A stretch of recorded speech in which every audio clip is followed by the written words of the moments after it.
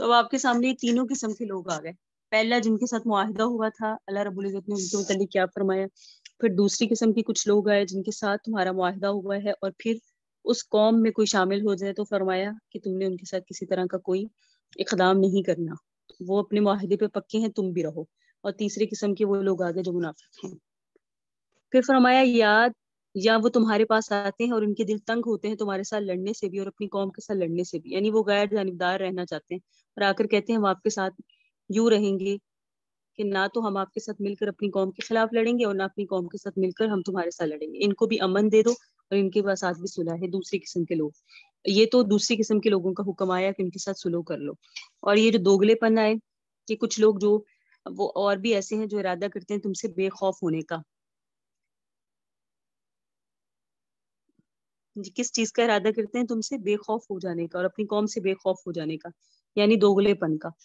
تو تمہارے ساتھ بھی کوئی ایسی بات کریں گے کہ ہم تمہارے ساتھ ہیں, قوم کے پاس جا کے ایسی بات کریں گے کہ ہم تمہارے ساتھ ہیں. یہ جو ہے نا ستجدون آخرین یریدون ان یأمنوکم ویأمنوا قومہم کلما ردوا الی الفتنۃ ارکسوا فیہا. یہ آیت نمبر ہے 91.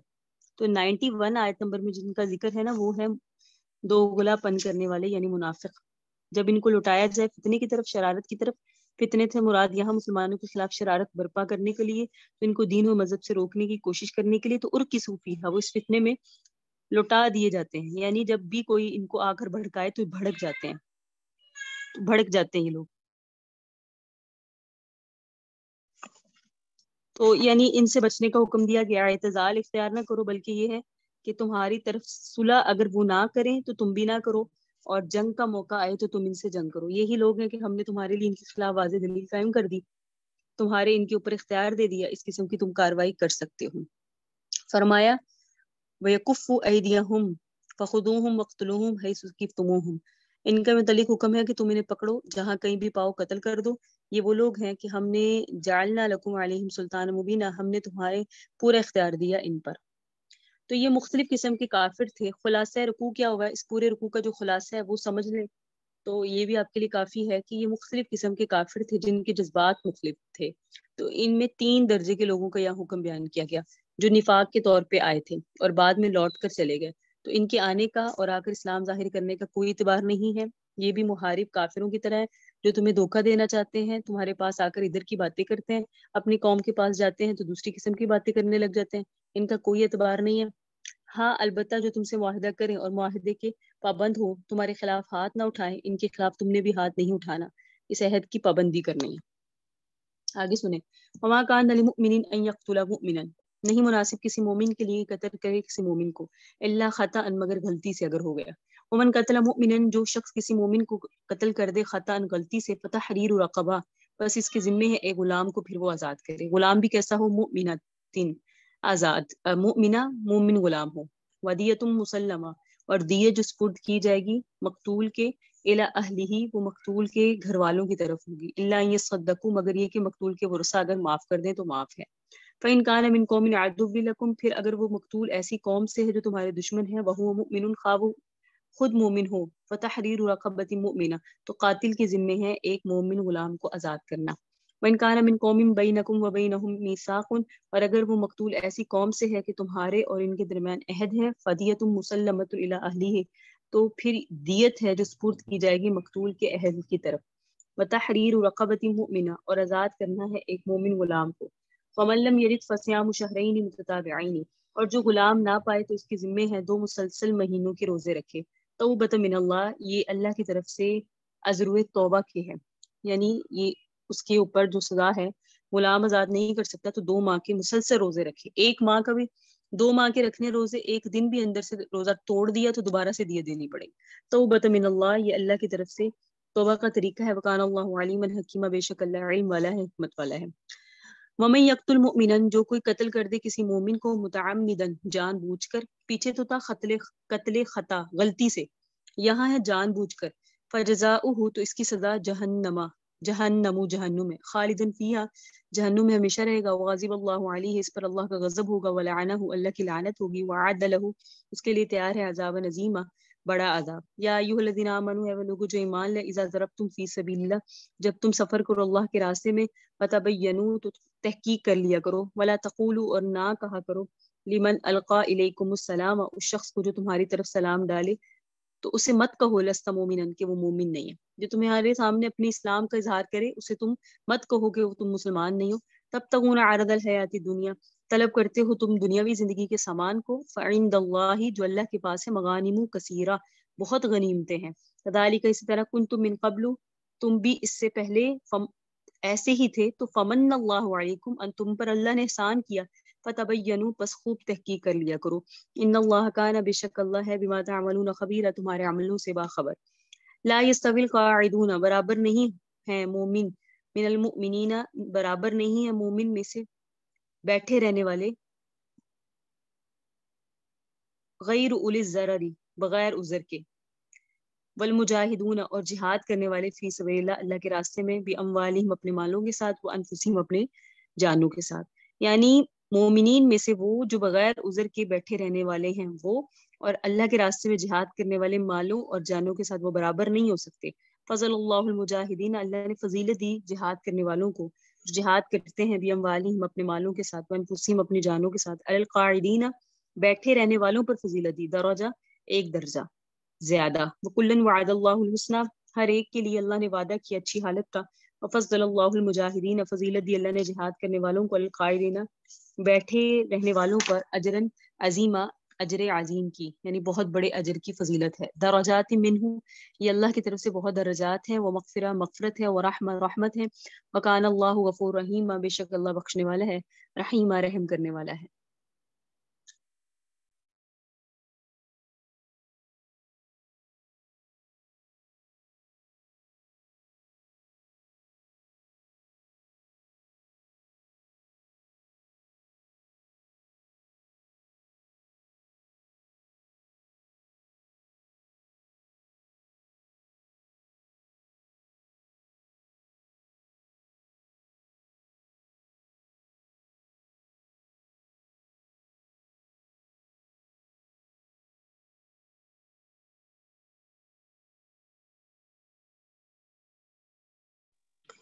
جہاد کا ذکر چلا آ رہا تھا، اور سرور کائنات میں اسلام، سرور کائنات صلی اللہ علیہ وسلم کے زمانے میں اسلام چونکہ آہستہ آہستہ پھیل رہا تھا، بعض لوگ مختلف قبیلوں میں رہتے ہوئے اسلام قبول کر لیتے تھے، لیکن کسی مجبوری کی بنا پر اسلام کو ظاہر نہیں کر سکتے تھے. جب موقع آتا تو اسلام کا اظہار کرتے. تو اس ضمن میں ایک دو واقعات ایسے پیش آئے کہ عین جہاد کے موقع پر کسی شخص نے اسلام کا اظہار کیا، لیکن مجاہدین نے اس کے اسلام کا اعتبار نہیں کیا، بلکہ یہ سمجھ کے کہ یہ جان، اپنی جان اور مال بچانے کے لیے اس وقت کلمہ پڑھا ہے، اس کو قتل کر دیا. ایسے واقعات پیش آئے، اور چونکہ حضور پاک صلی اللہ علیہ وسلم کی طرف سے اس معاملے میں کوئی واضح ہدایات نہیں تھی، جب سرور کائنات صلی اللہ علیہ وسلم کو پتہ چلا تو آپ نے اس کے اوپر بہت ناراضگی کا اظہار فرمایا. خود حضرت اسامہ بن زید رضی اللہ تعالیٰ عنہ کا واقعہ بخاری شریف میں آتا ہے کہ اسامہ بن زید کہتے ہیں کہ ہم کسی جگہ جہاد پر گئے، اور ایک شخص جو ہمارے نیزے کی زد میں آ گیا، اس نے فوراً کہہ دیا لا الہ الا اللہ. اسامہ کہتے ہیں کہ ایک میں تھا اور ایک انصاری تھا جو اس کے پیچھے لگے ہوئے تھے. انصاری نے تو اپنا ہاتھ روک لیا اور اسامہ نے وار کر دیا، جس کے نتیجے میں وہ قتل ہو گیا. جب سرور کائنات کو پتہ چلا تو آپ نے بہت ناراضگی کا اظہار فرمایا، اور یہ کہا کہ جب وہ قیامت کے دن لا الہ الا اللہ لے کر آئے گا تو اس وقت کیا کرے گا. بار بار اس جملے کو دہرایا. کہا گیا کہ یا رسول اللہ، اس نے اپنی جان بچانے کے لیے ایسا کہا تھا. تو آقا نے فرمایا تم نے اس کے دل چیر کے کیوں دیکھ لیا تھا، یعنی کیا تم نے اس کا دل چیر کر دیکھ لیا، تمہیں پتہ چل جاتا کہ خلوص کیا ہے، اور جان بچانے کے لیے اس نے یہ کیا ہے. یعنی مطلب یہ تھا کہ تم نے اس کا دل چیر کے دیکھ لینا تھا. مطلب یہ کہ تمہارے لیے، تمہارے بس کی بات ہی نہیں ہے، تم خلوص نہیں دیکھ سکتے، تم اندر نہیں جھانک سکتے. خلوص اندر دلوں کا جو ہوتا ہے وہ اللہ کے علم میں ہے. جب تمہیں علم ہی نہیں ہے تو پھر تم نے کیسے اس کو قتل کر دیا. آقا علیہ السلام نے یہاں بہت زیادہ ناراضگی کا اظہار کیا. حضرت اسامہ کہتے ہیں مجھے اس وقت اتنا صدمہ ہوا کہ میرے دل میں یہ خیال پیدا ہونے لگا، ہائے کاش میں آج مسلمان ہوا ہوتا. یعنی یہ حرکت مجھ سے کفر کے زمانے میں ہوتی، تاکہ آج اسلام کی برکت سے اللہ تعالیٰ میرے اس گناہ کو معاف کر دیتا. یہ افسوس کا اظہار اپنی اس غلطی پر ہوا جو ان سے ہو گئی تھی. تو یہاں آپ کے سامنے جو بات درج کی ہے، اس میں ہمیں یہ شان نزول ہی معلوم ہوتا کہ یہاں مومن سے قتل ہوا اور قتل خطا ہوا. تو یہاں اس کی وضاحت آئی کہ قتل ہو جائے قتل خطا. قتل خطا آپ کے سامنے عرض کیا غلطی سے، دور سے نظر آیا کہ وہ جانور کھڑا ہوا ہے، گولی چلا دی، پتہ چلا وہ جانور نہیں تھا بلکہ وہ تو کوئی انسان تھا، اسے کہتے ہیں قتل خطا۔ اس قتل خطا کے متعلق بتا رہے ہیں کہ اس کا کیا ہے معاملہ۔ ومن قتل مؤمن خطا فتحریر رقبۃ مؤمنہ، اس میں ایک قید لگا لی کہ قتل خطا کا کفارہ یہ ہے کہ وہ ایک غلام کو آزاد کرے جو غلام بھی مومن ہو۔ ودیۃ مسلمۃ الی اہلہ، اور وہ اس کو مقتول کے ورثاء کی طرف لوٹائے، مقتول کے ورثاء کو کہے کہ یہ بھئی یہ قاتل دے، اس کو کہے کہ یہ میرے قتل کے کفارے کے طور پہ ہے۔ ہاں اگر یہ ہے الا ان یصدقوا، وہ معاف کر دیں، وہ کہیں کہ بھئی ہم نے معاف کیا۔ فإن كان من قوم عدو لكم وهو مؤمن فتحرير رقبة مؤمنة، اگر وہ مقتول تمہاری دشمن قوم کا شہری ہے لیکن مسلمان ہو تو پھر کوئی خون بہا نہیں بلکہ صرف ایک مسلمان غلام آزاد کر دیں۔ تو یہاں قتل خطا کے متعلق بیان کیا جا رہا ہے کہ اگر قتل خطا کے طور پہ قتل ہو گیا تو یہ مومن کی شان کے منافی ہے، کیونکہ اس میں کسی درجے میں اختیار نہیں ہوتا۔ پھر اگر غلطی سے قتل ہو جائے تو اس کی تلافی کرو۔ جو شخص غلطی سے کسی مومن کو قتل کر دے تو اس کے ذمہ ایک ایمان والے غلام کا ذات ہے، مرد ہو یا عورت۔ کفارہ یمین اسے کفارہ یمین جو قرآن میں ذکر کیا گیا، قسم توڑنے کی صورت میں غلام آزاد کرنا، یا کفارہ زہار، وہاں فتحریر رقبۃ تین کا لفظ ہے لیکن مومنہ نہیں ہے، یعنی دو کفارے اور بھی ہیں جن کا قرآن میں ذکر ہے، جیسے یہ قتل کا کفارہ ہے، لیکن وہاں یہ نہیں ہے کہ غلام آزاد کرو اور مومن ہو، لیکن قتل کے کفارے میں یہ قید ہے کہ غلام آزاد کرنا ہے تو اس کا مسلمان ہونا ضروری ہے۔ یہ تو ایک چیز ہو گئی۔ دوسرا ہے دیت، جو سپرد کی جائے گی مقتول کے اہل کے۔ دیت کی مقدار ان کے زمانے میں 100 اونٹ تھی۔ اس طرح اندازہ تھا کہ کوئی بکری دینا چاہے تو کتنی دے گا، کپڑا دینا چاہے تو کتنا دے گا، دراہم یا دینار کے ساتھ اگر ادا کرے تو 1000 دینار یا 10,000 دینا ہوگا۔ تو دیت کی مقدار اس زمانے میں 100 اونٹ کے برابر تھی۔ اللہ یصدقوا، مگر یہ کہ اس مقتول کے ورثہ صدقہ کر دیں۔ صدقہ کرنے کا مطلب یہ معاف کر دیں، اگر سارے مل کر معاف کر دیں تو بھی دیت معاف ہو جائے گی، یا جو شخص بھی اپنا حصہ معاف کر دے کہ اتنی دیت کے اندر تخفیف ہو جائے۔ مثلا قاتل کے مقتول کے 2 بیٹے ہیں جنہوں نے دیت وصول کرنی ہے، ایک نے اپنا حصہ معاف کر دیا تو آدھی دینی پڑے گی اور آدھی معاف ہو جائے گی، اور اگر سارے مل کر معاف کر دیں تو ساری معاف ہو جائے گی۔ یہاں اللہ رب العزت نے یہ بیان کیا اگر معاف کرنا چاہیں۔ وَإِن كَانَ مِن قَوْمٍ بَيْنَكُمْ وَبَيْنَهُم مِيثَاقٌ، اگر وہ مقتول ایسے لوگوں میں سے ہیں کہ تمہارے اور ان کے درمیان عہد ہے، آپس میں معاہدہ ہے، تو دیت دینی پڑے گی، دیت سپرد کی جائے گی ان کے اہل کی طرف، اور رقبہ مومنہ کا آزاد کرنا بھی ہے معاہد ہونے کی صورت میں۔ جیسے مقتول کے رشتہ دار ذمی ہیں، ذمی کا مطلب نن مسلم ہے، مسلمانوں کے علاقے میں رہتے ہیں، ٹیکس دیتے ہیں، یا ان کے ساتھ کوئی معاہدہ ہے، تو ایسی صورت میں دیت بھی سپرد کی جائے گی اور رقبہ مومنہ کا آزاد کرنا بھی ہوگا۔ دونوں چیزیں آئیں گی، دیت بھی دینی پڑے گی کیونکہ معاہدہ ہوا تو تم نے معاہدے کے خلاف کیا ہے، تو معاہدہ ہوتا ہے جان مال کا، کہ جان مال کی حفاظت کی جائے گی، تو تمہیں اب کیا کرنا پڑے گا، دیت ایک تو تمہیں صورت میں دیت بھی دینی پڑے گی، اور دوسرا رقبہ مومنہ بھی دینا پڑے گا۔ رقبہ مومنہ کا مطلب ہے غلام بھی آزاد کرنا پڑے گا۔ فمن لم یجد، جو رقبہ مومنہ نہ پائے، اس کی دونوں صورتیں آپ کی خدمت میں عرض کی گئی کہ یہاں تو غلام موجود نہیں ہے، پیسے ہونے کے باوجود خریدا نہیں جا سکتا، یا غلام تو ہے لیکن پیسے پاس نہیں، تو ایسی صورت میں 2 مہینے کے روزے رکھے۔ یعنی پہلی صورت اگر نہیں ہو سکتی، کیا آ گیا کہ اگر فمن لم یلد، وہ اگر یہ نہیں کر سکتا، غلام آزاد نہیں کر سکتا، رقبہ مومنہ نہیں دے سکتا، تو پھر ہے فصیام شہرین متتابعین، مسلسل 2 ماہ کے روزے رکھے، درمیان میں ناغہ نہیں کرنا۔ اگر کسی وجہ سے ناغہ ہو جائے، بیماری کی وجہ سے، کسی اور وجہ سے، تو پھر نئے سرے سے رکھنے پڑیں گے۔ توبۃ من اللہ، یہ طریقہ بتایا گیا اللہ کی طرف سے بطور توبہ۔ جب ایسا کر لو گے، دیت بھی دے دو گے، کفارہ بھی دے دو گے، تو اللہ تعالیٰ گناہ کو معاف کر دیں گے۔ اللہ تعالیٰ علم والے ہیں، حکمت والے ہیں۔ تو آگے قتل عمد کا ذکر آ رہا ہے۔ قتل عمد کی یہاں اخروی سزا ذکر کی گئی ہے، اور اس کی دنیاوی سزا قانونی حیثیت سے سورہ بقرہ میں آ گئی، قاتل سے قصاص لیا جائے گا۔ جو کوئی قتل کرے کسی مومن کو جان بوجھ کر تو اس کی سزا جہنم ہے، پڑا رہے گا اس جہنم میں، اور اس پر اللہ کا غضب ہوگا۔ اللہ نے اس کو اپنی رحمت سے محروم کر دیا، اور اس کے لیے عذاب عظیم تیار کیا گیا ہے۔ یہ مومن کی جان کو نقصان پہنچانے کے نتیجے میں اتنی سخت سزا ذکر کی گئی ہے کہ جس انداز کے ساتھ کافروں کی سزا کا ذکر ہوتا ہے، اسی انداز کے ساتھ اس کی سزا کا ذکر ہے۔ اس میں جتنی شدت ہے وہ ترجمے سے آپ کے سامنے واضح ہو گئی۔ کب؟ جب آپ نے جان بوجھ کے کسی مسلمان کو قتل کیا یا کسی کو قتل کیا، تو اس کے اندر فرما دیا گیا کہ پھر یہ اللہ کی طرف سے کیا ہے، فَجَزَاؤُهُ جَهَنَّمَ خَالِدًا فِيهَا وَغَضِبَ اللَّهُ عَلَيْهِ وَلَعَنَهُ وَأَعَدَّ لَهُ عَذَابًا عَظِيمًا۔ کتنی ساری چیزیں آ گئی۔ فَجَزَاؤُهُ جَهَنَّمَ 1، خَالِدًا فِيهَا 2، غضب اللہ علیہ 3 ولعنہ 4 وعد له عذابا عظیما 5. قتل اتنی بڑی سزا ہے. پھر آگے آیا یا ایھا الذین آمنوا اذا ضربتم فی سبیل اللہ فتبینوا ولا تقولوا لمن القى الیکم السلام لست مؤمنا.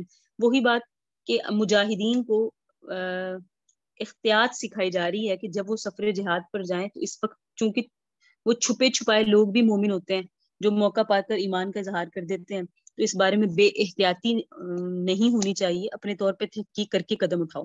جب تم اللہ کے راستے میں سفر کرو تو خوب اچھی طرح سے تحقیق کیا کرو. جو شخص تمہارے طرف اسلام ڈالے تو اس کو یوں نہ کہو کہ تم مومن نہیں. جو السلام علیکم کہتے ہیں مسلمانوں کے طریقے کے مطابق تو سمجھ آیا کرو جس نے اسلامی طریقہ اپنایا ہے وہ مسلمان ہی ہے. اگر وہ تمہارے سامنے کلمہ پڑھتے ہیں، آگے لا الہ الا اللہ کہتے ہیں، سلوک کا اظہار کرتے ہیں، اطاعت کا اظہار کرتے ہیں، تو یہ نہ کہا کرو کہ تم مومن نہیں ہے. اس آیت کے ظاہری الفاظ سے معلوم ہوا جو شخص السلام علیکم کہہ دے اسے بھی یہ نہ کہو کہ تم مومن نہیں ہے، اور جو کلمہ پڑھے اسے بھی یہ کہنے کی اجازت نہیں ہے کہ تم مومن نہیں ہے، بلکہ ضروری ہے کہ معاملات کے اندر اس کو مومن سمجھو. حدیث شریف میں آتا ہے جو قبلے کی طرف منہ کر کے نماز پڑھا ہو اسے مومن سمجھو، جو تمہارا ذبیحہ کاتا ہو اسے مومن سمجھو. اس قسم کی باتیں ذکر کی گئی جس سے بظاہر معلوم ہوتا ہے ایسا کرنے والے کو کافر کہنا جائز نہیں ہے. جو السلام علیکم کہتا ہے، جو لا الہ الا اللہ پڑھتا ہے، جو ہماری قبلے کی طرف نماز پڑھتا ہے، ہماری طرح نماز پڑھتا ہے، ہمارا ذبیحہ کرتا ہے، لست مؤمنا کہنا اسے ٹھیک نہیں ہے. تو یہاں احتیاط کی تدبیر دی گئی. فرمایا کہ تم دنیا چاہتے ہو جبکہ اللہ کے پاس مغانم کثیرہ بہت سارا مال غنیمت ہے. اسی طرح کذالک کنتم من قبل فمن اللہ علیکم فتبینوا، تم بھی پہلے تو اللہ کو نہیں ماننے والے تھے تو اللہ نے تمہیں احسان کیا کس طرح کی تمہیں ہدایت دی. ان اللہ کان بما تعملون خبیر، بے شک اللہ تمہارے کاموں سے باخبر ہے. پھر فرمایا لا یستوی القاعدون من المؤمنین غیر اولی الضرر والمجاہدون فی سبیل اللہ باموالہم وانفسہم. آیت نمبر 95. اس میں اللہ رب العزت مجاہدین کی شان بیان فرما رہے ہیں اور جہاد کی ترغیب اس انداز سے دی گئی کہ مسئلہ بھی واضح ہو گیا کہ جہاد فرض کفایہ ہے، فرض علی العین نہیں. فرض علی العین ہوتا تو ہر ایک کے لیے ضروری ہوتا، جو بھی چھوڑتا وہ فاسق گناہ گار ہوتا. فرض کفایہ ہوتا ہے کہ جماعت مسلمین پہ فرض ہے، چند افراد جو ضرورت کے لیے کافی ہوں اگر اس فرض کو ادا کر دیں تو باقیوں سے فرض ساقط ہو جائے گا. جیسے جنازہ یہ فرض کفایہ ہے، کچھ پڑھ دیں تو باقیوں سے وہ ساکت ہو جاتا ہے. اور اعتکاف فرض کفایہ، کچھ کر دیں تو باقیوں سے ساکت ہو جاتا ہے، لیکن اگر کوئی بھی نہ کریں تو سب پر گناہ رہتا ہے. تو فرمایا نہیں برابر ہوتے مومنوں میں سے بغیر عذر کے بیٹھ رہنے والے. عذر والوں کا تو کہنا ہی کیا، وہ تو زیر بحث نہیں ہے. اگر کسی کے اندر جہاد کا جذبہ ہو لیکن کسی عذر کی بنا پر وہ جہاد میں نہیں جاتا تو اللہ تعالیٰ ان کو مجاہدین والا اجر دیتے ہیں. نہیں برابر وہ لوگ جو بیٹھ رہے ہیں مومنوں میں بغیر عذر کے، اور وہ لوگ جو اللہ کے راستے میں جہاد کرنے والے ہیں اپنے مالوں کے ساتھ، اپنی جانوں کے ساتھ. فضیلت دی اللہ تعالیٰ نے لوگوں کو جو جہاد کرنے والے ہیں اپنے مالوں کے ساتھ اور جانوں کے ساتھ بیٹھنے والوں کے مقابلے میں درجے میں، اور ہر ایک کے ساتھ اللہ نے اچھی حالت کا وعدہ کیا. یعنی قاعدین بھی مردود نہیں ہے جہاں جہاد فرض علی العین نہ ہو. ہاں البتہ کافروں کی طرف سے ہجوم ہو جائے اور جو فوج آپ نے مرتب کی ہوئی ہو وہ جہاد کے لیے کافی نہ ہو، جس وقت تک آپ لوگ شامل نہیں ہوں گے کافروں کو شکست نہیں دی جائے گی، ایسے حالات میں یہ فرض علی العین ہو جاتا ہے، اس کا ترک گناہ ہے. تو اللہ تعالیٰ نے مجاہدین کو قائدین کے مقابلے میں اجر عظیم دیا، اجر عظیم ان کا بڑھا دیا. اللہ کی طرف سے درجات ملیں گے، اللہ کی طرف سے مغفرت ہے، رحمت ہے، اللہ تعالیٰ بخشنے والا ہے، رحم کرنے والا ہے. ان الذین، بے شک وہ لوگ توفاہم الملائکۃ ظالمی انفسہم، جن کو فرشتے وفات دیتے ہیں اس حال میں کہ وہ اپنے نفسوں پہ ظلم کرنے والے ہوتے ہیں. قالوا، فرشتے پہ کہتے ہیں فیما کنتم، تم کس چیز میں رہتے تھے. قالوا، وہ کہتے ہیں کننا مستضعفین فی الارض، کہ ہم بے بس تھے اپنے علاقے میں. قالوا، تو فرشتے کہتے ہیں الم تکن ارض اللہ، کیا نہیں تھی اللہ کی زمین واسعۃ، بہت زیادہ، تہاجروا فیہا، بہت وسعت والی، تو تم جہاد کرتے، ہجرت کر جاتے. فاولئک مأواہم جہنم، یہی وہ لوگ ہیں ان کا ٹھکانہ جہنم ہے، وساعت مصیرا، وہ برا ٹھکانہ ہے. الا المستضعفین من الرجال، مگر وہ مرد، والنساء، اور عورتیں، والولدان، اور بچے، لا یستطیعون حیلہ، جو نہیں طاقت رکھتے کسی تدبیر کی، ولا یہتدون سبیلا، نہیں ہدایت پر پاتے وہ کسی راستے کی، تو وہ اس میں شامل نہیں ہے. فاولئک عسى اللہ، قریب ہے اللہ تعالیٰ یعفو عنہم، کہ ان سے درگزر کرے. وکان اللہ عفوا غفورا، بے شک اللہ درگزر کرنے والا، بخشنے والا ہے. ومن یہاجر فی سبیل اللہ، جو شخص بھی ہجرت کرے اللہ کے راستے میں، یجد فی الارض مراغما، پائے گا وہ زمین میں مراغما کثیرا وسعا، علیحدہ ہونے کی جگہ بہت زیادہ، اور پائے گا وہ وسعت، علیحدہ ہونے کی جگہ بھی بہت زیادہ پائے گا، وسعہ اور وسعت بھی. ومن یخرج من بیتہ، اور جو شخص بھی نکلے اپنے گھروں سے مہاجرن ہجرت کرتا ہوا الی اللہ، اللہ کی طرف، ورسولہ، اور رسول کی طرف، ثم یدرکہ الموت، پھر اس کو موت پا لے، فقد وقع اجرہ علی اللہ، تو پس تحقیق واقعہ ہو گیا اس کا اجر اللہ پر، وکان اللہ غفور رحیم، اللہ بخشنے والا ہے، رحم کرنے والا ہے۔ وَإِذَا ضَرَبْتُمْ فِي الْأَرْضِ، جس وقت تم زمین میں سفر کرو، فَلَيْسَ عَلَيْكُمْ جُنَاحٌ، تو تم پر کوئی گناہ نہیں، ان تقصروا من الصلاۃ، کہ تم نماز کو کم کرو، یعنی نماز میں قصر کرو، ان خفتم، اگر تمہیں اندیشہ ہو، ان یفتنکم الذین کفروا، کہ تمہیں فتنے میں ڈال دیں گے وہ لوگ جو کافر ہیں، ان الکافرین، بے شک کافر، کانوا لکم، ہیں تمہارے عدوا مبینہ، صریح دشمن۔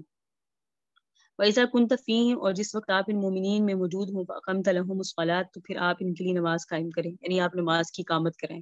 فَلْتَكُنْ طَائِفَةٌ مِّنْهُمْ مَعَكَ، ان میں سے ایک جماعت آپ کے ساتھ کھڑی ہو جائے۔ یہ صلاۃ الخوف، خوف کی حالت میں نماز کیسے پڑھنی اس کا طریقہ ہے کہ ایک جماعت آپ کے ساتھ کھڑی ہو جائے، وَلْيَأْخُذُوا أَسْلِحَتَهُمْ، اور وہ اپنا اسلحہ ہتھیار بھی اپنے ساتھ رکھیں۔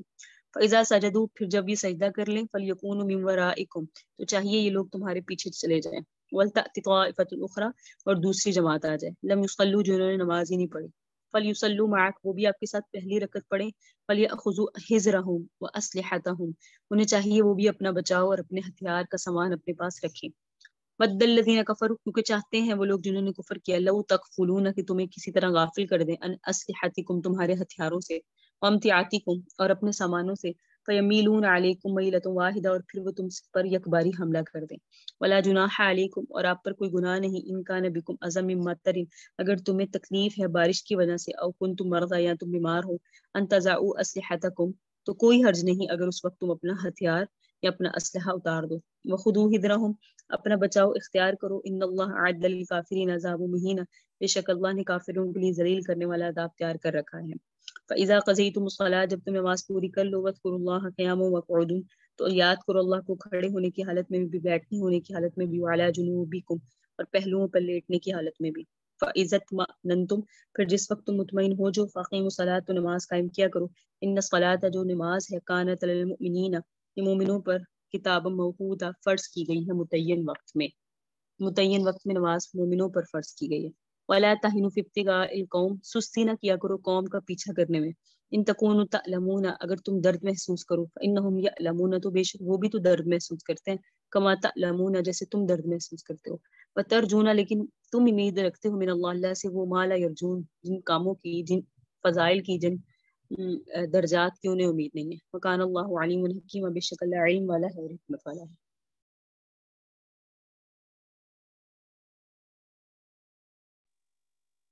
اب آیت نمبر 97 پڑھی، جہاد کا ذکر آ رہا ہے۔ جہاد کی آیات میں اب اس رکوع میں ہجرت کا تذکرہ ہے، جہاد کا ذکر آ رہا تھا، اب یہ ہجرت ہے۔ ہجرت اور جہاد دونوں آپس میں گہری مناسبت رکھتے ہیں۔ حکم ہے اپنے دین کے بچانے کا اور دینی فتنوں سے بچنے کا، کوئی شخص اس کو دین سے پھسلا نہ سکے اور دین چھوڑنے پر مجبور نہ کر سکے۔ تو دین کے بچانے کا جذبہ دونوں صورتوں میں ہے، ایک جہاد کرنے میں، قاتلوہم، قتال کرو، حتی لا تکون فتنہ، سورہ بقرہ کی آیت نمبر 193 میں آیا کہ جہاد کرو یہاں تک کہ فتنہ نہ بچے، دین غالب آ جائے، تمہیں کوئی دین سے پھیرنے کی کوشش نہ کرے، کفر کی طاقت توڑ دو، کفر تمہارے مقابلے میں قوت والا نہ رہے، یا ایمان قبول کر لیں یا تمہارے ماتحت ہو جائیں یہ کافر۔ حتی یعطوا الجزیہ عن ید وہم صاغرون، سورہ توبہ آیت نمبر 29 میں، ذلیل ہو کر رہ جائیں، ماتحت ہو کر ٹیکس دیں اپنے ہاتھوں سے، تمہاری اطاعت قبول کریں۔ جب یہ صورت پیدا ہو جائے تو بھی کافروں کی طرف سے اہل ایمان کو خطرہ نہیں رہے گا۔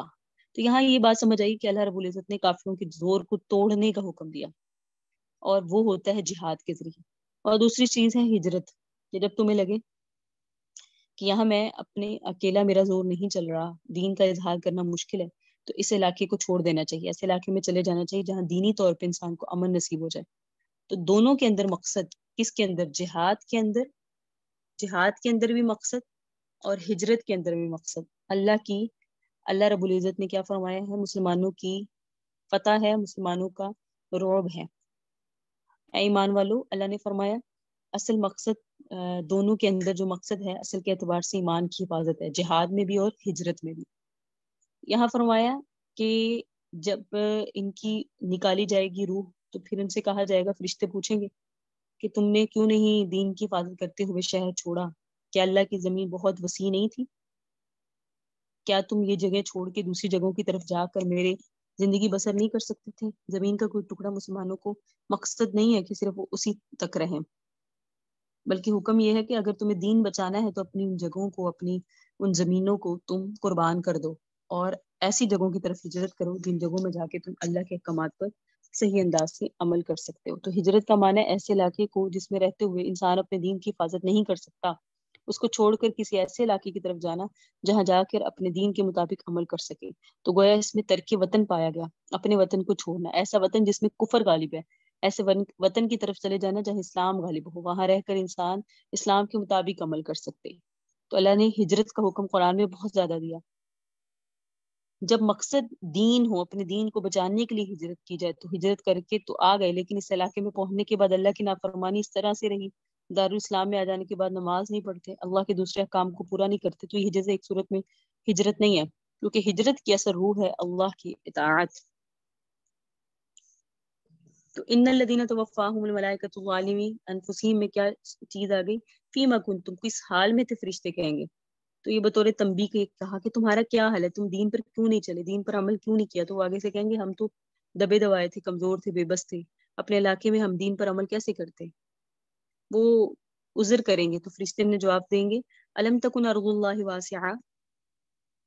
تو پھر آگے فرمایا ہے کہ دوسرا علاقہ موجود ہونے کے باوجود تمہیں ہجرت کرنے کی طاقت اور قوت ہونے کے باوجود تم نے ہجرت کیوں نہیں کی، تمہارا یہ کوئی عذر نہیں ہے. ہم دین پر اس لیے نہیں چل سکے کہ ہم اپنے علاقے میں بیس بس تھے. اللہ نے فرمایا نہیں، یہ تو ان کا ٹھکانہ جہنم ہے. الا المستضعفین، مگر وہی جو واقعتاً کیا ہوں، واقعتاً بے بس ہیں. وہ لوگ خود کہتے ہوں کہ ہم بے بس ہیں، حقیقت میں بے بس نہیں ہیں، تو ان کا عذر معقول نہیں ہے. لیکن اگر وہ حقیقتاً بے بس ہیں تو پھر ان کا عذر معقول ہے. یعنی وہ واقعی بے بس ہیں، کمزور ہیں، چاہے مرد ہیں، چاہے عورتیں ہیں، چاہے بچے ہیں، اور کوئی تدبیر نہیں کر سکتے ہجرت کرنے کی، نہ کوئی راہ پاتے ہیں، یا تو ان کو راستہ آتا نہیں یا راستہ پر چلنے کے اسباب نہیں ہے، ان کے لیے کوئی راہ کھلا ہوا نہیں ہے. تو یہ وہ لوگ ہیں اللہ تعالیٰ ان کو معاف کر دے گا.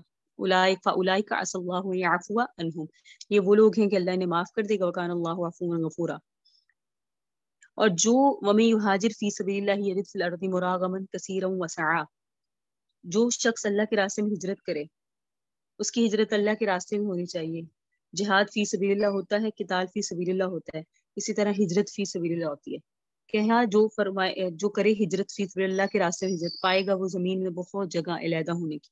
ایک علاقے سے ہٹ کر دوسرا علاقہ اس کو مل جائے گا، رہنے کی جگہ اس کو بہت مل جائے گی، اور اللہ کی طرف سے بڑی وسعت ہوگی. اللہ تعالیٰ روزی بھی دے گا، دین کے اظہار کا موقع بھی دے گا.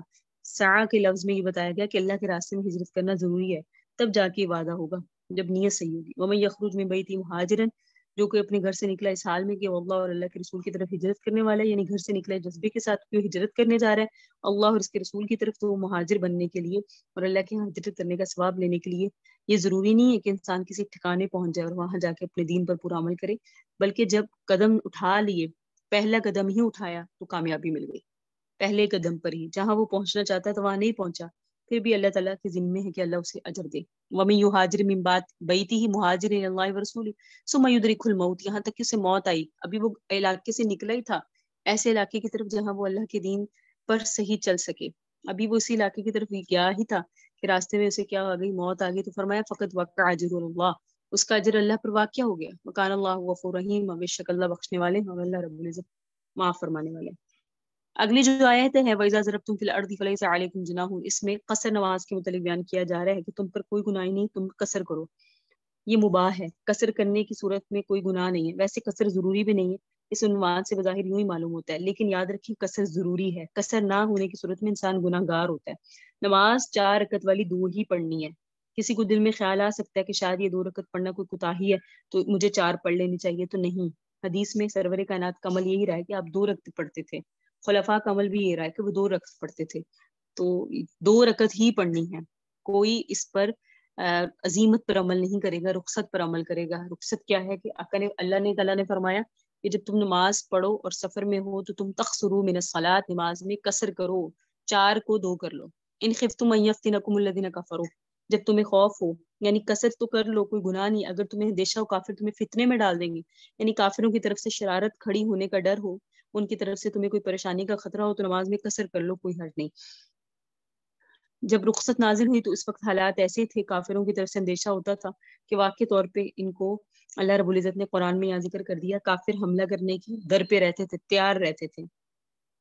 تو کسی طرح سے مسلمان غفل ہوں یعنی اپنی نمازوں میں جائیں اور ہم ان پر حملہ کر دیں، تو اللہ رب العزت نے فرمایا نمازیں ہی مختصر کر دو، اپنی نمازیں چھوٹی کر لو. اچھا جی، اس آیت کے بعد جو اگلی آیت ہے اس میں صلاۃ الخوف کا طریقہ بتایا گیا. صلاۃ الخوف کہتے ہیں خوف کی نماز. وَإِذَا كُنْتَ فِيهِمْ فَأَقَمْتَ لَهُمُ الصَّلَاةَ، دشمن مقابل ہے، جنگ ہو رہی ہے، نماز کا وقت آ گیا، اس وقت نماز جو پڑھنی ہے اس کا طریقہ کیا ہے؟ تو کافروں کی اور ایمان والوں کی فوجیں یہاں بالمقابل ہو گئی. اس وقت چونکہ لڑائی جو چل رہی ہوتی ہیں، تلواریں نیزے ہوتے ہیں، دونوں فوجیں بالکل آمنے سامنے ہوتی ہیں، درمیان میں زیادہ فاصلہ نہیں ہوتا. جب ایک میدان میں آپس میں لڑنا ہو تو چند گزوں کا فاصلہ درمیان میں ہوتا ہے، ادھر وہ فوج ٹھہری ہوتی ہے، ادھر یہ فوج ٹھہری ہوتی ہے، درمیان میں میدان ہے. تو ایسے موقع پر ہو سکتا ہے اگر جماعت ساری کی ساری غافل ہو جائے، جیسے سب سجدے میں چلے جائیں تو سارے کے سارے ہی دشمن سے بے خبر ہو جائیں، تو دشمن اگر چاہے تو ایک ہی لہجے میں ایک باری حملہ کر سکتا ہے، زیادہ دیر نہیں لگے گی. تو یہاں فرمایا کہ اس طرح نہیں کرنا کہ سارے کے سارے جو ہو وہ نمازوں میں مشغول ہو جائے. آقا علیہ السلام کو فرمایا ہے کہ آپ انہیں نماز پڑھائیں، اور ہر کسی کا، ویسے آپ موجود ہیں تو آپ امامت کرائیں، تو ہر کسی کا تقاضا ہوگا کہ ہم آپ کے پیچھے نماز پڑھیں. جب آپ امامت کرائیں گے تو سب کہیں گے ہمیں آقا کے پیچھے نماز پڑھنی ہے. اگر کسی کو کہہ دیا جائے کہ تو دوسرے امام کے پیچھے پڑھ لے تو آقا کی موجودگی میں یہ چیز ناگوار گزرے گی. تو اجازت حضور کی موجودگی میں ہی آئی، لیکن فرمایا جب آقا علیہ السلام نماز پڑھائیں دشمن کی طرف سے بیدار رہنا ہے، ایسا نہ ہو دشمن غافل پا کر یکباری حملہ کر دے. تو ایک گروہ پہلے آپ کے پیچھے کھڑا ہو جائے، جتنے ہتھیار نماز میں ساتھ رکھے جا سکتے ہیں وہ ساتھ رکھے، بچاؤ اختیار کیا جائے، اتنا بچاؤ اختیار کرے، رکوع اور سجدہ آپ کے ساتھ کرے. دوسرا گروہ پیچھے دشمن کی طرف سے منہ کر کے کھڑا رہے. جب یہ سجدہ کر کے فارغ ہو جائیں تو پھر یہ اٹھ کر پیچھے چلے جائیں اور دوسرا گروہ آ جائے جو امام کے ساتھ دوسری رکعت ادا کرے. جس وقت یہ امام کی دوسری ہوگی، یہ جو دوسرا گروہ آیا اس کی پہلی ہوگی. صحیح، ایک رکعت دوسرے گروہ کی ہو گئی اور امام کی 2 رکعت پوری ہوگی. اس لیے امام سلام پھیر دے گا اور پہلا گروہ دوسری رکعت لاحق کی اصول سے پوری کرے گا. دوسرا گروہ پہلی رکعت، جو دوسرا گروہ ہے وہ پہلی رکعت مسبوق کے اصول سے پورا کرے گا. یہ دونوں اپنی اپنی ایک ایک رکعت ادا کر لیں گے اور 2 رکعت سب کی ہو جائیں گی. مسبوق کیا ہوتا ہے، لاحق کیا ہوتا ہے؟ یہ جماعت کی صورت میں ہوتے ہیں. مسبوق جو پہلی جماعت شروع سے ساتھ ہوتا ہے، اور لاحق وہ ہوتا ہے جو بعد میں آ کے ملتا ہے. تو یہاں فرمایا فَإِذَا كُنْتَ فِيهِمْ، جس وقت آپ ہوں، فَأَقَمْتَ لَهُمُ الصَّلَاةَ، تو آپ ان کے لیے نماز قائم کریں. ان میں طائفہ کو آپ کے ساتھ، ایک جماعت، طائفہ کا مطلب ہوتا ہے جماعت، آپ کے ساتھ کھڑی ہو، اپنے ہتھیاروں کو سنبھال کے رکھیں. وَلْيَأْخُذُوا أَسْلِحَتَهُمْ، اپنے ہتھیاروں کو لے لیں جس وقت وہ سجدہ کر لیں، پھر وہ تمہارے پیچھے چلے جائیں. دوسرا طائفہ آ جائے جنہوں نے نماز نہیں پڑھی، وہ آپ کے ساتھ آ کر مل کے نماز پڑھ لے. تو یہ سارا ترجمے بھی وضاحت ہو گئی. پھر فرمایا جب تم نماز پڑھ چکو تو اللہ کو یاد کرو، اللہ کو یاد کرو، کیونکہ ذکر اللہ کے لیے کوئی وقت متعین نہیں ہے، ہر وقت ہونا چاہیے. اللہ کا ذکر ہے جو دلوں کے اندر قوت کا باعث ہے، جس سے اللہ کی رحمت حاصل ہوتی ہے. نماز تو ادا کر لی اس کیفیت سے، باقی اللہ کا ذکر ہر حالت میں ہو، کھڑے ہونے کی حالت میں، بیٹھے ہوئے ہونے کی حالت میں، لیٹے ہوئے ہونے کی حالت میں.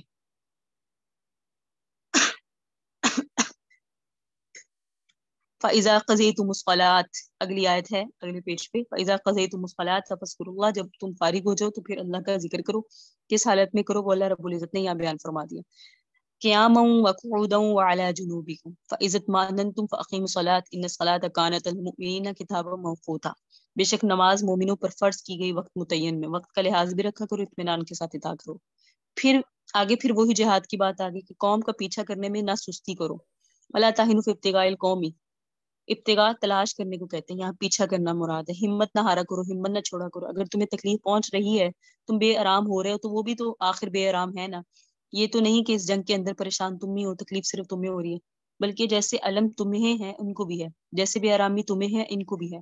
تمہارے اندر یہ زائد بات ہے کہ تمہیں اللہ کی رحمت کی امید ہے، جس کی امید انہیں نہیں ہے. اس لیے تمہاری ہمت ان کے مقابلے میں زیادہ بلند ہونی چاہیے. اور میرے اور آپ کو بھی پیغام ہے کہ اپنی ہمتیں بلند کرنے والی بات ہے. ہمارے اندر ہمتوں کی کمی ہے، ہمت بلند نہیں ہوتی، ہار جلدی جاتے ہیں. تو فرمایا ہے کہ اللہ کے حضور ہمتوں کو بلند رکھو، کیونکہ ہمیں یہ تو امید ہے کہ ہم جو بھی صبر کر رہے ہیں یا اللہ کے راستے میں جو بھی مجاہدے برداشت کر رہے ہیں، کیا امید ہے کہ اللہ کے ہاں اس کا اجر ملے گا. اِنَّا أَنزَلْنَا إِلَيْكَ الْكِتَابَ بِالْحَقِّ، بے شک ہم نے آپ کی طرف کتاب اتاری ٹھیک ٹھیک، لِتَحْكُمَ بَيْنَ النَّاسِ بِمَا أَرَاكَ اللَّهُ، تاکہ آپ لوگوں کے درمیان اس چیز کا فیصلہ کریں جو اللہ نے آپ کو سمجھائی، ولا تقولوا للخائنین خصیما، اور نہ ہو آپ خیانت کرنے والوں کے لیے جھگڑنے والے، واستغفر اللہ، اللہ سے بخشش مانگے، ان اللہ کان غفور الرحیم، بے شک اللہ بخشنے والا ہے، مہربان ہے، ولا تجادل عن الذین یختانون انفسهم، اور آپ جھگڑا نہ کریں ان لوگوں کی طرف سے جو اپنے نفس سے خیانت کرتے ہیں، ان اللہ لا یحب من کان خوانا اثیما، بے شک اللہ نہیں پسند کرتا اس شخص کو جو خیانت کرنے والا ہو، اثیما گناہگار ہو، یستخفون من الناس، وہ لوگوں سے شرماتے ہیں، ولا یستخفون من اللہ، اور اللہ سے نہیں شرماتے، وهو معهم، جبکہ اللہ ان کے ساتھ ہے، اذ یبیتون،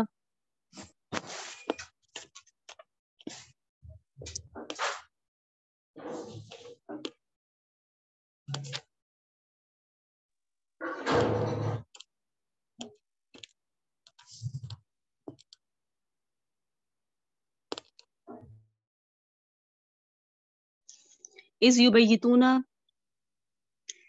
جب وہ راتوں کو مشورے کرتے ہیں ایسی بات کی، مالا یرزا من القول، جس کو اللہ پسند نہیں کرتا، وکان اللہ بما یعملون محیطا، اور اللہ تعالیٰ ان کے عمل کا احاطہ کیے ہوئے ہے، ہاں انتم ہاؤلائی، خبردار تم ہی یہ لوگ ہو، جادل تم انہم فی الحیات دنیا، جنہوں نے جھگڑا کیا ان کی طرف سے دنیاوی زندگی میں، فمن یجادل اللہ، پھر کون اللہ سے جھگڑا کرے گا، عنہم ان کی طرف سے، یوم القیامت، قیامت کے دن، امن یکون علیہم وکیلا، یا کون شخص ہے ان پر ذمہ دار ہوگا، ومن یعمل سوءا، اور جو کوئی شخص کوئی برا کام کرے گا، او یظلم نفسہ، یا اپنے نفس پر ظلم کرے گا، ثم یستغفر اللہ، پھر اللہ تعالیٰ سے گناہ کی معافی چاہے گا، یجد اللہ، تب وہ پائے گا اللہ کو، غفور الرحیم، بہت بخشنے والا، رحم کرنے والا، ومن یکسب اسما، اور جو کوئی گناہ کا ارتکاب کرے گا، فانما یکسبہ، تو اس کا گناہ جو ہے علی نفسہ، اس کی اپنی ذات پر اس کا وبال ہوگا، وکان اللہ علیم حکیما، اللہ جاننے والے ہیں، حکیم و حکمت والے ہیں، ومن یکسب خطیئۃ، جو کوئی چھوٹا گناہ کرے گا، او اسمن،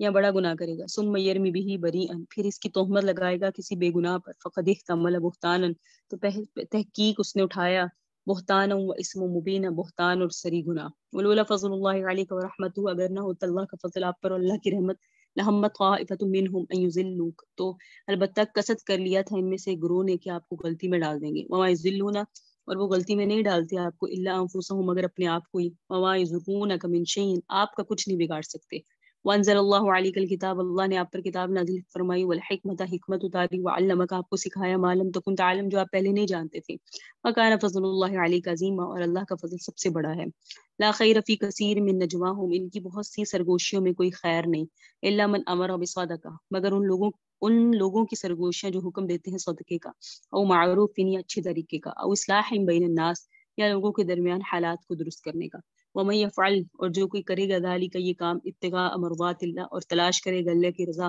فسوف نؤتیہ اجرا عظیما، اس کو ہم اجر عظیم دیں گے، ومن یشاقق الرسول، اور جو شخص مخالفت کرے گا رسول کی، من بعد ما تبین له الہدی، بعد اس کے کہ اس کے لیے ہدایت واضح ہو گئی، ویتبع غیر سبیل المؤمنین، اور اتباع کرے مومنین کے راستے کے علاوہ کسی اور راستے کی، نولہ ما تولا، ہم پھیر دیں گے اس کو جدھر وہ پھرتا ہے، ونصلیہ جہنم، اور اسے جہنم میں داخل کریں گے، وساءت مصیرا، اور جہنم بہت برا ٹھکانہ ہے۔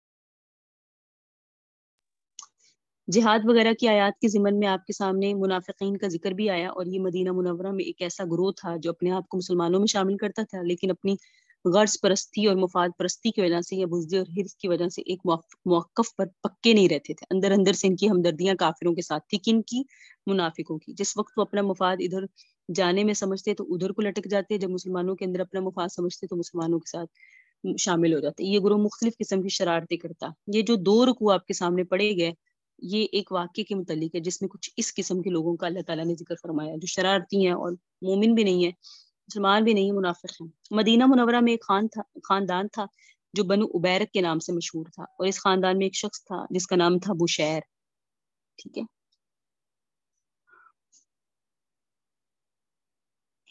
اس نے قتادہ بن نعمان کے چچا، قتادہ بن نعمان رضی اللہ تعالیٰ عنہ کے چچا رفاع کے گھر میں رات کو نقب لگا کر چوری کر لی بشیر نے، وہاں سے ایک آٹے کا تھیلا اور کچھ ہتھیار اٹھا لیے، پھر اس خیال سے کہ جب تلاشی وغیرہ ہوگی تو ہو سکتا ہے میرے گھر سے نکل آئے، اس لیے سیدھا وہ یہودی کے گھر لے گیا اور وہاں امانت رکھ دی۔ اتفاق کی بات ایسی کہ اس آٹے کے تھیلے میں تھوڑا سا سوراخ تھا، وہ وہاں سے کچھ نہ کچھ آٹا ٹپکتا رہا، جب صبح اٹھے پتہ چلا چوری ہوئی، تفتیش شروع ہوئی تو اس نشان کی اتباع کرتے ہوئے لوگ یہودی کے گھر تک پہنچ گئے، یہ سامان پوچھا تمہارے پاس کہاں سے آیا، جب یہودی سے پوچھا گیا تو اس نے قرار کیا ہاں ہے تو میرا، لیکن فلاں شخص بنو عبیرک کا وہ میرے پاس رات کو امانت رکھوا کے گیا جس کا نام بشیر ہے. یہ اس کی چیزیں.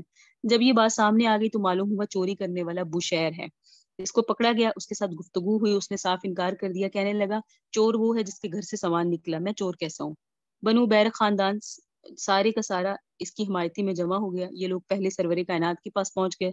جب جن لوگوں کی طبیعت میں اس قسم کی شرارت ہوتی ہے وہ ہوشیار ہوتے ہیں, پہلے ہی پہنچ جاتے ہیں تاکہ حضور کے سامنے جا کے مقدمے پہلے ہی دار کر دیں. جا کے کہنے لگے یا رسول اللہ فلاں کے گھر میں چوری ہو گئی, سامان یہودی کے گھر سے نکلا. وہ تہمتیں ہم پر لگاتے ہیں, کہتے ہیں کہ تم چور ہو. بھلا ہم چوری کیسے کر سکتے ہیں, جس کے گھر سے سامان نکلا چور تو وہی ہوگا. ہمیں خواہ مخواہ یہ لوگ بدنام کریں. جب سرور کائنات کے سامنے بات آئی, حالات سن کے ظاہر کے اعتبار سے آپ کی طبیعت بھی کچھ ادھر مائل ہوئی کہ واقعی لوگوں نے ان پر زیادتی کی جو ان کو چور کہا. جب سامان یہودی کے گھر سے نکلا ہے تو چوری وہی ہوئی ہوگی, تو ان پر اس قسم کی باتیں کیوں کہی گئی. پھر قتادہ بھی نعمان پہنچے, انہوں نے جا کے حضور سے ذکر کیا تو آقا نے فرمایا کہ کیوں بے گناہ لوگوں کو خواہ مخواہ آپ بدنام کرتے ہیں, ان کے اوپر چوری کی بات کیوں کرتے ہیں جب سامان ان کے گھر سے نہیں نکلا. قتادہ بن نعمان کے چچا کے گھر سے چوری ہوئی نا, تو یہ بات اچھی نہیں ہے کہ تم انہیں چور کہو, بنو بحرک کو. بس اس بات کا سننا تھا کہ قتادہ بن نعمان شرمسار ہوئے اور ان کے چچا بھی اپنا حق چھوڑ کے خاموش ہوئے اور گھر میں بیٹھ گئے کہ اب کیا کریں. ان کے خیال کے مطابق بات تحقیق کے درجے تک پہنچ گئی تھی. چور بشیر ہے, بنو بیر کا جو فرد ہے اور یہودی پر تہمت ہے. ساری چال سمجھ میں آ گئی, لیکن معاملہ اس لیے کچھ الجھ سا گیا کہ سرور کائنات نے جو قتادہ بن نعمان کے سامنے بات کر دی وہ ظاہری حالات کو دیکھتے ہوئے کی. ان کے سامنے بھی یہ ظاہری حالات ہوں گے, وہ اسی طرح ہی کہے گا کہ بھائی تم ان کو بلا وجہ کیوں اس طرح کہتے ہو, یہ چور نہیں ہے, ان کے اوپر اس قسم کی بات کہنا مناسب نہیں. بہرحال انہوں نے آ کے اس طرح صفائیاں دی, اس طرح سے آ کر بات بنائی. سرور کائنات کا ظاہر رجحان ان کی طرف ہوا, بشیر کی حمایت کر لی اور ذہن یہودی کی طرف چلا گیا کہ چور اصل میں وہ ہے. واقعہ اس کے بالکل خلاف تھا. تو اس قسم کے لوگوں سے آئندہ کے لیے ہوشیار رہنے کی تاکید اس آیات میں کی. اللہ نے 2 رکوع نازل فرمائے, اس 2 رکوع میں سارا واقعہ بتا دیا. جنہوں نے جانتے بوجھتے اپنے خاندان کے فرد کی حمایت کی تھی, یعنی بشیر کی, بنو عبیرک کے لوگوں نے جو حمایت کی تھی, ان کو بھی تنبیہ کی گئی کہ جس وقت معاملہ صاف ہو گیا اور لوگوں قرآن کریم کی آیات کی تحت یہ بات واضح ہو گئی کہ قصور بشیر کا ہے اور یہود پر یہ خواہ مخواہ تہمت لگا رہے ہیں, تو بشیر بھی مدینہ منورہ سے بھاگا اور مشرکین مکہ کے ساتھ جا کے لاحق ہو گیا. پہلے منافق تھا لیکن نفاق چھپا ہوا تھا, پھر مشرکین میں چلا گیا, مرتد ہو گیا, پھر یہ مکہ معظمہ میں رہا. وہاں بھی جیسے ملتا ہے تفسیر میں کہ چوریاں کرتا تھا, نقب لگاتا تھا, دیواریں پھیلانگتا تھا. مرتد ہو جانے کی وجہ سے ویسے بھی واجب القتل تھا, لیکن بعد میں وہ مدینہ منورہ آیا ہی نہیں. تو اللہ رب العزت نے یہ 2 رکوع میں یہ بیان فرمائی کہ ہم نے آپ کی طرف کتاب دی ہے تاکہ آپ لوگوں کے درمیان اس کے مطابق فیصلہ کریں, لوگوں کے درمیان فیصلہ کریں, آپ خیانت کرنے والوں کی طرفداری میں نہ پڑیں. اللہ سے بخشش مانگے, بے شک اللہ بخشنے والا ہے, مہربان. صحیح.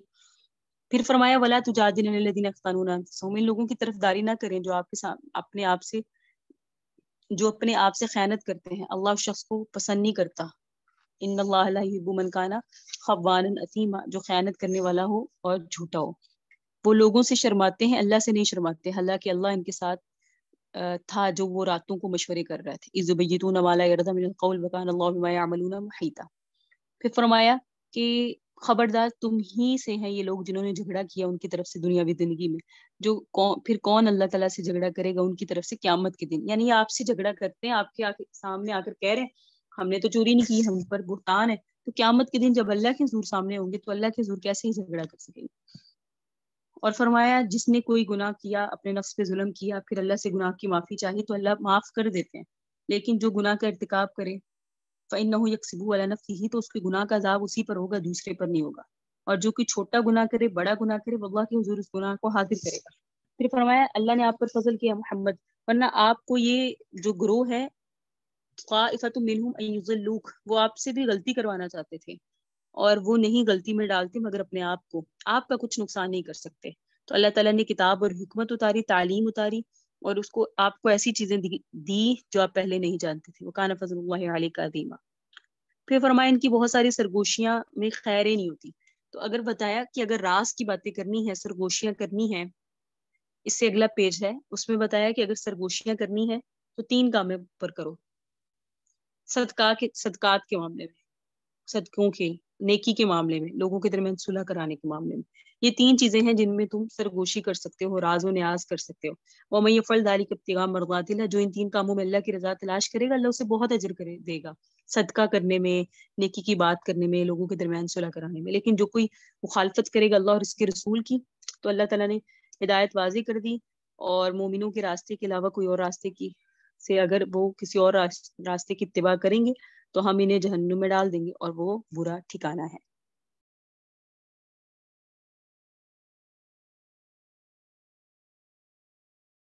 آگے ارشاد فرمایا ان اللہ لا یغفر ان یشرک بہ، بے شک اللہ نہیں بخشے گا اس بات کو کہ اس کے ساتھ شریک ٹھہرایا جائے، ویغفر ما دون ذلک، اور وہ بخش دے گا اس کے علاوہ جو کچھ بھی ہے، لمن یشاء، جو وہ چاہے گا. ومن یشرک باللہ، جو اللہ کے ساتھ اوروں کو شریک ٹھہرائے، فقد ضل ضلالا بعیدا، تو بس تحقیق وہ دور کی گمراہی میں پڑ گیا. یدعون من دونہ الا اناثا، نہیں پکارتے مشرکین اللہ کے علاوہ مگر عورتوں کو. وَيَدْعُونَ إِلَّا شَيْطَانًا مَرِيدًا، نہیں پکارتے مگر سرکش شیطان کو. لعنہ اللہ، اللہ نے اس پر لعنت کی. وقال، اور شیطان نے کہا، لَأَتَّخِذَنَّ مِنْ عِبَادِكَ، البتہ میں ضرور اختیار کروں گا تیرے بندوں میں نصیب مفروضہ، ایک متعین حصہ. وَلَأُضِلَّنَّهُمْ، میں ضرور انہیں گمراہ کروں گا. وَلَأُمَنِّيَنَّهُمْ، انہیں امیدیں دلاؤں گا. وَلَآمُرَنَّهُمْ، انہیں ضرور حکم دوں گا. فَلَيُبَتِّكُنَّ آذَانَ الْأَنْعَامِ، وہ ضرور چیریں گے جانوروں کے کان. وَلَآمُرَنَّهُمْ، ضرور انہیں حکم دوں گا. فَلَيُغَيِّرُنَّ خَلْقَ اللَّهِ، وہ اللہ کی تخلیق میں تبدیلیاں کریں گے. وَمَن يَتَّخِذِ الشَّيْطَانَ وَلِيًّا مِن دُونِهِ، جو کوئی شخص شیطان کو دوست بنائے گا اللہ کو چھوڑ کر، فقد خسر خسران مبینہ، وہ واضح خسارے میں پڑ جائے گا. یعدہم ویمنیہم، شیطان ان لوگوں سے وعدے کرتا ہے اور انہیں امیدیں دلاتے ہیں. وما یعدہم الشیطان الا غرورا، اور انہیں وعدہ کرتا ہے ان سے شیطان مگر دھوکے کا. اولئک مأواہم جہنم، ان کا ٹھکانہ جہنم ہے. ولا یجدون عنہا محیصا، اور وہ نہیں پائیں گے اس جہنم سے ہٹنے کی کوئی جگہ.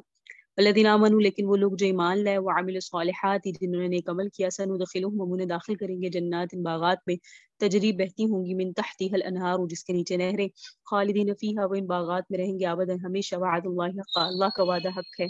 ومن اصدق من اللہ قیلا، اور کون زیادہ سچا ہے اللہ کے مقابلے میں بات کرنے کے اعتبار سے. لیس بامانیکم، اور نہ کسی امر کا مدار تمہاری خواہشات پر ہے. ولا امانی اہل الکتاب، اور نہ اہل کتاب کی خواہشات پر. من یعمل سوءا، جو کوئی برا کام کرے گا، یجز بہ، اسے برے کام کا پورا بدلہ دیا جائے گا. ولا یجد له من دون اللہ ولی ولا نصیرا، نہیں پائے گا وہ شخص اپنے لیے اللہ کے علاوہ کوئی حمایتی نہ کوئی مددگار. ومن یعمل من الصالحات، اور جو کوئی نیک عمل کرے گا مردوں میں سے، من ذکر، مردوں میں سے، او انثی، یا عورتوں میں سے، وهو مؤمن، اس حال میں کہ وہ ایمان والا ہوگا. فاولئک يدخلون الجنہ، یہ وہ لوگ ہیں کہ اللہ انہیں جنت میں داخل کرے گا. ولا یظلمون نقیرا، اور نہیں ظلم کیے جائیں گے یہ کچھ بھی. ومن احسن دینا، کون زیادہ اچھا ہے دین کے اعتبار سے، ممن اسلم، اس شخص کے جس نے اپنی ذات کو وجہہ للہ، اللہ کی سپرد کر دیا. وهو محسن، اس حال میں کہ وہ اچھی طرح سے کام کرنے والا ہے. واتبع ملت ابراہیم حنیفا، اس نے اتباع کی ابراہیم کے طریقے کی جو کہ دین حنیف ہے. واتخذ اللہ ابراہیم خلیلا، اور اللہ تعالیٰ نے ابراہیم کو دوست بنایا. وللہ ما فی السماوات وما فی الارض، اللہ ہی کے لیے ہے جو کچھ آسمانوں میں ہے، اللہ ہی کے لیے جو زمین میں ہے. وکان اللہ بکل شیء محیطا، اللہ تعالیٰ ہر چیز کا احاطہ کیے ہوئے ہے. پچھلے رکوع میں جو واقعہ آپ کے سامنے بیان ہوا، اس کا آخری جز یہ تھا کہ وہ شخص جس نے چوری کی تھی، جس کی بنا پر یہ حالات پیدا ہوئے، وہ سزا کے ڈر سے مرتد ہو گئے، مشرکین سے جا ملا. اس کے متعلق پچھلے رکوع کی آخری آیت میں وعید تھی کہ وہ اللہ اور اس کے رسول کی مخالفت اس نے مول لی، اس سے ضد کیا اور مومنین کے راستے کو چھوڑ کے کسی اور راستے کی اتباع کی، تو ہم اسے کرنے دیتے ہیں جو وہ کرنا چاہتا ہے. ہم اس کو والی بنا دیتے ہیں اس چیز کا جس کا وہ والی بنتا ہے، پھر ہم اس کو جہنم میں داخل کریں گے اور وہ برا ٹھکانہ ہے. یہ آیت آپ کے سامنے پہلے بھی گزری ہے، شرک والی. وَمَن یُشْرِکْ بِاللَّهِ فَقَدِ افْتَرَىٰ إِثْمًا عَظِیمًا، سورۃ نساء آیت نمبر 48 میں، کہ جو کوئی شرک کرے اس نے بہت بڑا گناہ افترا کیا، اور فقط ضل ضلالا بعیدا، وہ دور کی گمراہی میں پڑا. تو اللہ کے ہاں شرک معاف نہیں ہے. اللہ نے فرمایا نہیں بخشے گا اللہ شرک، یعنی سزا دے کر بھی معاف نہیں کرے گا. کفر بھی شرک کے حکم ہے. جو شخص ایمان سے خالی ہوگا چاہے وہ مشرک ہو، تو مشرک وہ شخص ہوتا ہے جو اللہ کے وجود کا قائل ہو، جو اللہ تعالیٰ کے وجود کا قائل ہے، اور لیکن اللہ کے وجود کے علاوہ کسی اور کے لیے بھی اسی اللہ کی صفات میں سے کسی صفت کو شریک ٹھہراتا ہے. تو اللہ تعالیٰ مشرک کی تو بخشش نہیں کریں گے. ہر گناہ کو بخش دیں گے لیکن مشرک کو نہیں بخشیں گے. ہر گناہ گار کو بخشیں گے، مشرک کی بخشش نہیں.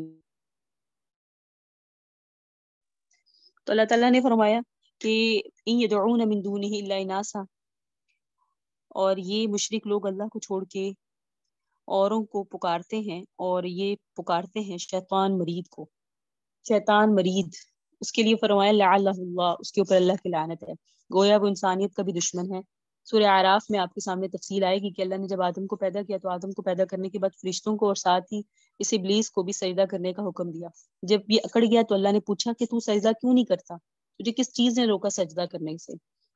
جب میں نے تجھے حکم دیا تو اس نے آگے سے اپنی بڑائی جتلائی کہ میں اس سے اچھا ہوں, آپ نے مجھے آگ سے, اس کو مٹی سے پیدا کیا, تو اللہ نے اس کو مردود کر دیا, اس کے اوپر لعنت ہے. تو پھر اس نے اللہ سے درخواست کی لَأَقْعُدَنَّ لَهُمْ صِرَاطَكَ الْمُسْتَقِيمَ, سورہ اعراف آیت نمبر 16 میں ہے کہ میں ان کے لیے تیرے صراط مستقیم پر بیٹھ جاؤں گا. گھات لگا کر جیسے کوئی ڈاکو بیٹھتا ہے, جو صراط مستقیم پر چلے گا اسے ہلاک کر دیا جائے گا, اسے راستے سے بھٹکا دیا جائے گا, لوٹ لیا جائے گا. میں بھی تیرے سیدھے راستے پہ بیٹھوں گا, سیدھے راستے سے توحید کا راستہ مراد ہے. پھر میں ان کے آگے سے, پیچھے سے, دائیں سے, بائیں سے, ہر طرح سے ان کو بہکاؤں گا. تو اللہ تعالیٰ نے واضح فرمایا, اس نے کہا وَلَأُضِلَّنَّهُمْ وَلَأُمَنِّيَنَّهُمْ وَلَآمُرَنَّهُمْ فَلَيُبَتِّكُنَّ آذَانَ الْأَنْعَامِ وَلَآمُرَنَّهُمْ فَلَيُغَيِّرُنَّ خَلْقَ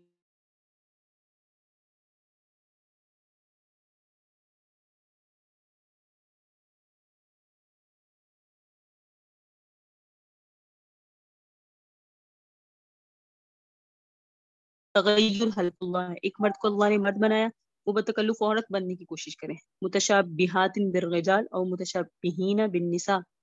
تو یہ تغیر خلق اللہ ہے. اس طرح بدن گدوانے کو حضور نے فرمایا کہ یہ بھی اللہ کی تخلیق کو تبدیل کرنا ہے. جو بدن کے اوپر پھول بوٹے نکلوائے جاتے ہیں جس میں رنگ بھرتے ہیں, اس کو عربی میں کہتے ہیں وشم, اس پر بھی لعنت کی گئی ہے, اور یہ اللہ کی تخلیق میں تبدیلی ہے. تو جو بھی کام اللہ نے جو شکل و صورت دی ہے اس میں تبدیلی, اور ایسی تبدیلی جو عارضی نہ ہو بلکہ مستقل کروا لی جائے, تو وہ اس چیز کے حکم ہے. یغیرن خلق اللہ ہے, اور یہ شیطان کا کام. میں فرمایا وَمَن يَتَّخِذِ الشَّيْطَانَ وَلِيًّا مِن دُونِ اللَّهِ فَقَدْ خَسِرَ خُسْرَانًا مُبِينًا.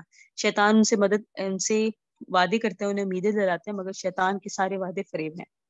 وَمَن يَتَّخِذِ الشَّيْطَانَ وَلِيًّا مِن دُونِ اللَّهِ فَقَدْ خَسِرَ خُسْرَانًا مُبِينًا. شیطان ان سے وعدہ کرتا ہے, انہیں خواہش دلاتا ہے اور ہوس دلاتا ہے, انہیں وعدہ کرتا ہے ان سے شیطان مگر دھوکے کا, اور اس کے وعدے جتنے بھی ہیں سب دھوکا ہی دھوکا ہے. انہیں تلقین کرتا ہے یوں کر لو تو یہ فائدہ ہے, یوں کر لو تو یہ فائدہ ہے, ہوس دلاتا ہے آخرت تو ہے ہی نہیں, مرنے کے بعد اٹھنا ہی نہیں ہے, دنیا میں مزے کر لو, تھوڑی سی تو زندگی ہے, عیش و عشرت سے گزار لو, کوئی نہیں خیر ہے, بعد میں دیکھا جائے گا. اس طرح کی باتیں کرتا ہے. یہ شیطان کی طرف سے خیال میں آتی. فرمایا تو پھر اگر کوئی اس کے پیچھے لگے گا تو ماواہ جہنم, اس کا ٹھکانہ جہنم ہے. ولا یجدون عنها محیصا, وہ جہنم سے خلاص ہی نہیں پائے گا. لیکن اس کے مقابلے میں جو ایمان لائے, جنہوں نے ایک عمل کیے, ہم انہیں ایسے باغات میں داخل کریں گے جس سے نیچے نہریں بہتی ہوں گی, وہ اس میں ہمیشہ رہیں گے. یہ اللہ کی طرف سے وعدہ ہے اور اللہ کی بات سچی ہے. پھر فرمایا کسی عمل کا مدار تمہاری خواہشات پہ نہیں ہوتا, نہ اہل کتاب کی خواہشات پر ہوتا ہے. جو کوئی برا عمل کرے گا اسے پورا جزا ملے گی, اور وہ اللہ کے علاوہ کوئی مددگار بھی نہیں پائے گا. اور جو کوئی مرد اور عورت میں اچھا کام کرے گا, ایمان کی حالت میں کرے گا, تو اللہ اسے جنت میں داخل کریں گے. دھاگے کے برابر بھی کسی پر ظلم نہیں کیا جائے گا. کون زیادہ اچھا ہے عذر دین کے بمقابلہ اس شخص کے جس نے اپنی ذات کو سپرد کر دیا اللہ کی. یہ بھی بڑی پیاری بات ہے. وَهُوَ محسن, کہ کون اچھا ہے عذر دین کے اس شخص کے جس نے اپنے چہرے کو اللہ کے سپرد کر دیا, اللہ کا مطیع ہو گیا. وَهُوَ محسن, ہر کام کو اچھی طرح سے کرنے لگا. یہ جو فرمایا اپنی ذات کو اللہ کے تابع کر دیا, مطلب یہ فرما برداری اختیار کرے, دل سے اپنے آپ کو اللہ کے سپرد کر دے. پھر کام کرتے ہوئے احسان کی رعایت رکھے, ہر کام کو اچھی طرح سے کرے. ہر کام کو اچھی طرح سے کرنے کے معنی دل میں خلوص ہو, ظاہری طور پہ وہ کام سنت کے مطابق ہو, کیونکہ اللہ تعالیٰ کو کون سا کام پسند ہے, کون سا نہیں, کس کام میں حسن ہے, کس میں نہیں, تو یہ اپنی عقل سے نہیں آئے گا, یہ آقا کو دیکھنے سے آئے گا کہ آقا نے وہ کام کیا ہوگا جو اللہ کو پسند ہے, تو ہمیں پھر آقا کی کاپی کرنی ہے, اتباع سنت کرنی ہے. جو شخص اتباع سنت کرے گا تو وہ اللہ کا مقبول عمل ہو جائے گا, اور وہ بندہ اللہ کے ہاں مقبول ہو جائے گا. واتبع ملت ابراہیم حنیفہ, انہوں نے اتباع کی ابراہیم کے طریقے کی جو کہ حنیف ہے, جو ادیان باطلہ سے ہٹ کر ایک طرف متوجہ ہونے والے ہیں. مطلب یہ ہے اس سے اچھا کوئی نہیں, یعنی سب سے اچھا طریقہ اسی کا طریقہ ہے جو اللہ کی ذات کو, جو اپنی ذات کو اللہ تعالیٰ کے سپرد کر دے. ہر کام کو کرتے وقت اس میں حسن کی رعایت رکھے اور ملت ابراہیمی کی متبع ہو. ابراہیم کو اللہ نے خلیل بنایا, جب خلیل بنایا, اللہ کی خلیل ہے, تو ان کے طریقے پر چلنے والا جو ہوگا وہ بھی اللہ کا دوست ہوگا. تو اللہ کے لیے ہے جو کچھ آسمانوں میں, زمین میں. وکان اللہ بکل شیء محیطا, اللہ ہر چیز کا احاطہ کیے ہوئے ہے. وَيَسْتَفْتُونَكَ فِي النِّسَاءِ, وہ آپ سے پوچھتے ہیں عورتوں کے بارے میں. قُلِ اللَّهُ يُفْتِيكُمْ فِيهِنَّ, آپ کہہ دیجئے کہ اللہ تمہیں فتویٰ دیتا ہے ان کے بارے میں. وَمَا يُتْلَى عَلَيْكُمْ فِي الْكِتَابِ, اور جو آیات تم پر پڑھی جاتی ہیں, فِي يَتَامَى النِّسَاءِ, ان یتیم بچیوں کے بارے میں. اللَّاتِي لَا تُؤْتُونَهُنَّ جنہیں نہیں دیتے تم ان کے مہر ما کتب لہن جو ان کے لیے لکھی گئی ہے، رقم وترغبون ان تنکحوہن اور رغبت رکھتے ہو تم ان سے نکاح کرنے کی، والمستضعفین من الولدان اور کمزور بچوں کے بارے میں بھی اللہ تمہیں وصیت فرماتے ہیں، اللہ رب العزت تمہیں فتویٰ دیتے ہیں، وَأَن تَقُومُوا لِلْيَتَامَى بِالْقِسْطِ اور اس بارے میں کہ تم انصاف قائم کرو یتیموں کے لیے، وَمَا تَفْعَلُوا مِنْ خَيْرٍ جو کوئی بھی تم اچھا کام کرو گے فَإِنَّ اللَّهَ كَانَ بِهِ عَلِيمًا اللہ اس کو جاننے والا ہے، وَإِنِ امْرَأَةٌ خَافَتْ مِنْ بَعْلِهَا نُشُوزًا اور اگر کوئی عورت اندیشہ کرے اپنے خامد کی طرف سے ناموافقت کا، او اعراضاً یا بے رخی کا کہ خامد اس سے بے رخی کر رہا ہے، فلا جناح علیہما تو ان زوجین پر کوئی گناہ نہیں ان یصلحا بینہما صلحا کہ واپس میں کوئی صلح کر لیا کریں، والصلح خیر اور صلح کرنا زیادہ بہتر ہے، واحضرت الانفس الشح